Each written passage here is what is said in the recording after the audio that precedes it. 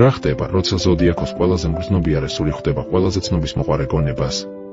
თევზები და ტყუპები ურთიერთობა, რომელიც სავსეა მოულოდნელობებით, სიღრმეებით და იმ საოცარი ენერგიით, რომელსაც მხოლოდ ურთიერთდაპირისპირებული ნიშნები ქმნიან. თევზები მეოცნები, ემპათიური და სენსიტიური. ისინი არ ლაპარაკობენ ბევრს, მაგრამ გრძნობენ ყველაფერს. ტყუპები საუბარში მეფეები, იდეებით დახუნძრულები, ცვლილებების მოყვარულნი.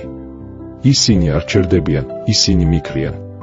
თავიდან ეს კავშირი თითქოს დაუჯერებლად მიმზიდველია. ტყუპს იზიდავს თევზის სიმშვიდე და იდუმალება, თევზს კი აინტერესებს ტყუპის მრავალფეროვნება და სიტყვების თამაში.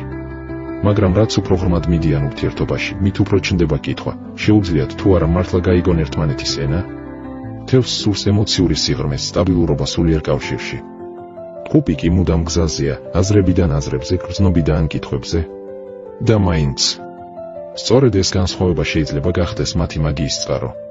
თუ თევზმა არ დაკარგა საკუთარი თავი ტყუპის ქარიშხალში და თუ ტყუპმა ისწავლა თევზის სიღრმეში ჩაძირვა, ეს კავშირი შეიძლება იქცეს ერთ-ერთ ყველაზე უცნაურად, ღრმა და გასაოცარ პარტნიორობად.